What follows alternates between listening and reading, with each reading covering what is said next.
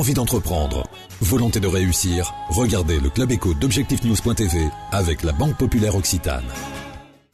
L'aéroport Toulouse-Blagnac vous présente l'interview Objectif News de 18h.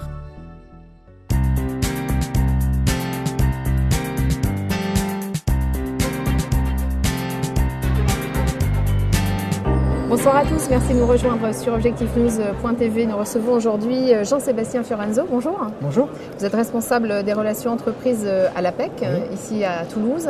Vous organisez très prochainement, début avril, le 5 avril, le salon Cadrenco. Ce sera à la Beige.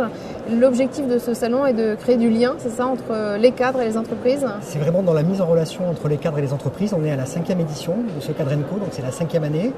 On va avoir une quarantaine d'entreprises présentes qui vont être là pour rencontrer les cadres qui recherchent une activité, qui sont soit en poste et qui souhaitent évoluer professionnellement ou qui sont à la recherche d'emploi. Le concept cette année, la nouveauté, c'est qu'on est sur une ouverture aux cadres à partir de 9h du matin jusqu'à 14h, dans lequel toute l'équipe de l'APEC va apporter du conseil aux cadres par le biais d'entretiens individuels, par le biais d'ateliers, de conférences, d'explications de l'utilisation des réseaux sociaux. Donc l'idée, c'est vraiment de faire comme un mini coaching de ces personnes qui sont en recherche d'activité ou d'opportunités pour qu'à partir de 13h, elles puissent se mettre en relation avec les entreprises qui recrutent sur la région Midi-Pyrénées.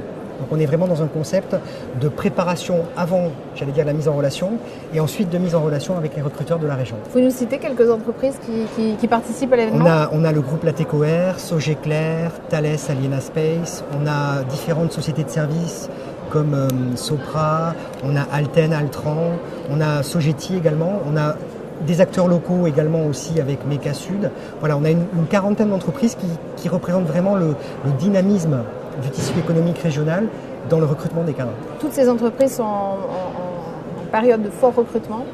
Tout à fait. Elles sont en période de fort recrutement.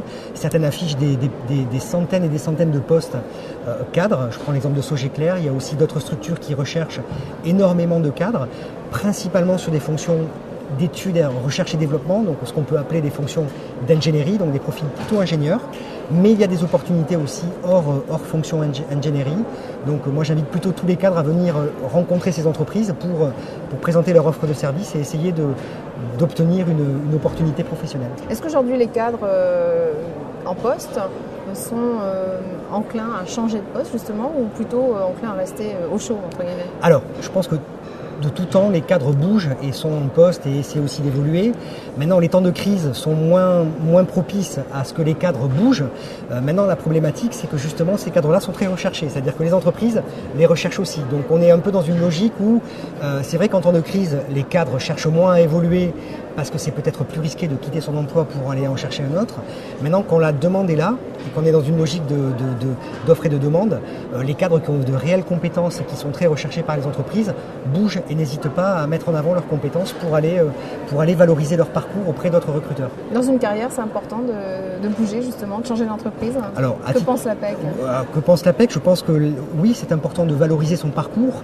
Maintenant, est-ce que la valorisation de son parcours passe par changer d'entreprise? Je pense que là, par contre, c'est vraiment chaque cadre qui peut, j'allais dire, se poser les bonnes questions. Et justement, on est là pour les aider à titre individuel dans une relation face à face avec un consultant, à les conseiller sur leur trajectoire et leur dire, et les conseiller entre guillemets à bouger ou pas bouger en fonction du marché, de leur parcours et de ce qu'ils peuvent mettre aussi en termes de compétences. Alors, je voudrais qu'on aborde, Jean-Sébastien Fiorenzo, l'enquête annuelle que l'APEC a récemment dévoilée sur l'état du marché des cadres. Quelles sont les spécificités peut-être de Midi-Pyrénées dans ce tableau général? Alors, Midi-Pyrénées reste bien orienté par rapport à la moyenne nationale dans le moral des entreprises. On voit que la moyenne de Midi-Pyrénées est au-delà de la moyenne nationale, donc c'est plutôt un indicateur positif en termes d'état d'esprit. En termes de volumétrie, on va être entre 6600 et 8700 recrutements de cadres sur 2012. Prévisions. Ce sont des prévisions. Ces prévisions ont été faites en fin d'année 2011, dans un contexte plutôt lourd, si on se rappelle le contexte de la fin d'année 2011. Voilà, aujourd'hui, on est plutôt sur un marché à deux vitesses en Midi-Pyrénées, avec essentiellement des recherches sur des profils ingénieurs qui peuvent frôler les 40%. C'est-à-dire que les entreprises recherchent prioritairement des postes, enfin des profils d'ingénieurs. D'accord. De manière générale, au niveau national, l'APEC notait un marché à deux vitesses d'une certaine manière, avec des secteurs qui recrutent et d'autres plutôt en ralentissement, voire carrément en régression. C'est le cas aussi ici. Alors on a la chance en Midi-Pyrénées d'avoir, on va dire, deux principales industries qui portent le marché des cadres. C'est l'industrie aéronautique et spatiale. Il se passe plutôt l'inverse quand on prend par exemple la région Auvergne, avec Michelin qui est plutôt enclin justement à réduire quelque part ses effectifs. On voit que quand il y a une locomotive entre guillemets économique qui est fortement présente dans une région, elle porte principalement le marché du recrutement des cadres à la hausse. Et c'est ce qui se passe en Midi-Pyrénées avec l'aéronautique et le spatial. Donc l'aéronautique et le spatial, on l'a compris, tire effectivement toute l'activité de la région. L'industrie bénéficie aussi plutôt de bonnes perspectives, en tout cas sur ces secteurs-là. Qu'en est-il par exemple du secteur des services ? Alors les services à proprement parler représentent plus de 60% du recrutement des cadres, donc il est aussi porté à la hausse, mais services plutôt orientés sur l'industrie aéronautique et spatiale. Et je prends pour exemple les sociétés de services informatiques, ce qu'on appelle les SS2I, qui elles aussi sont, j'allais dire, portées par l'ensemble des recrutements des principaux équipementiers aéronautiques de la région et qui ont aussi de forts volumes de recrutement. Il y a des secteurs qui, à l'inverse, vous inquiètent en termes de recrutement ? Alors, le mot inquiétude est peut-être un peu fort, mais on est sur une constitution économique aujourd'hui de la région Midi-Pyrénées où le secteur, par exemple, du commerce recrute de manière régulière, mais ne connaît pas de variation très forte, tant à la hausse qu'à la baisse. Donc il n'y a pas d'inquiétude à proprement parler, mais on est sur des volumes qui sont assez constants d'une année sur l'autre. Le taux de chômage des cadres, vous le connaissez au niveau national ? Alors le taux du chômage des cadres est de 3,9 en 2011. Il concerne principalement l'ensemble de la France et on est sur une population globale qui est de 2 millions de cadres en France, sur le secteur privé. Voilà. Merci d'avoir été notre invité aujourd'hui. Merci.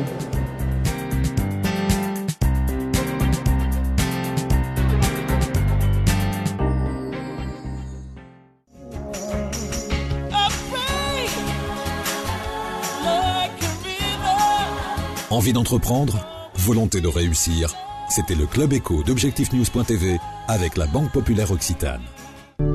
L'aéroport Toulouse-Blagnac vous a présenté l'interview Objectif News de 18h.